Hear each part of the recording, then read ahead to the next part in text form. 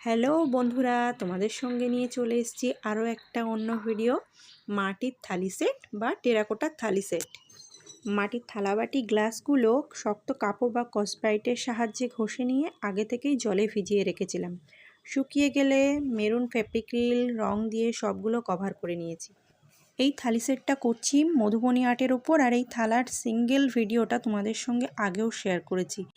আর এখন নিয়ে চলে এসেছি পুরো সেটটা। মধুবনী আর্ট, যেটাকে মিথিলা চিত্রকলাও বলা হয়, যার উৎপত্তি ভারত ও নেপালের মিথিলা অঞ্চলে।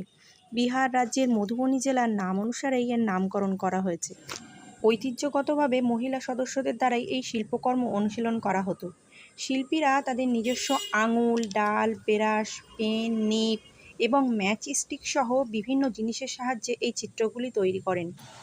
এই চিত্রকলার মূল বিষয়বস্তু ছিল ধর্মীয়, এবং তারা ঈশ্বর ও দেবদেবীর চিত্রই চিত্রিত করতেন, যেমন রাধাকৃষ্ণ, রাম সীতা, রামায়ণ ও মহাভারতের দৃশ্যও এর মধ্যে অন্তর্ভুক্ত ছিল। হিন্দু মহাকাব্য রামায়ণেও এই শিল্পকলার উল্লেখ পাওয়া যায়, যেখানে মা সীতার বিবাহের সময় রাজা জনক তার চিত্রশিল্পীদের মধুবনী চিত্র তৈরি করতে বলেছিলেন। উৎসব এবং বিবাহের মতন বিভিন্ন শুভ অনুষ্ঠানেও এই শিল্পকর্ম প্রধান অঙ্গ হয়ে উঠেছিল। আর এই মধুবনী চিত্রকর্মে মাছ একটি অত্যন্ত তাৎপর্যপূর্ণ মোটিভ। এটি একটি ধর্মীয় আইকন।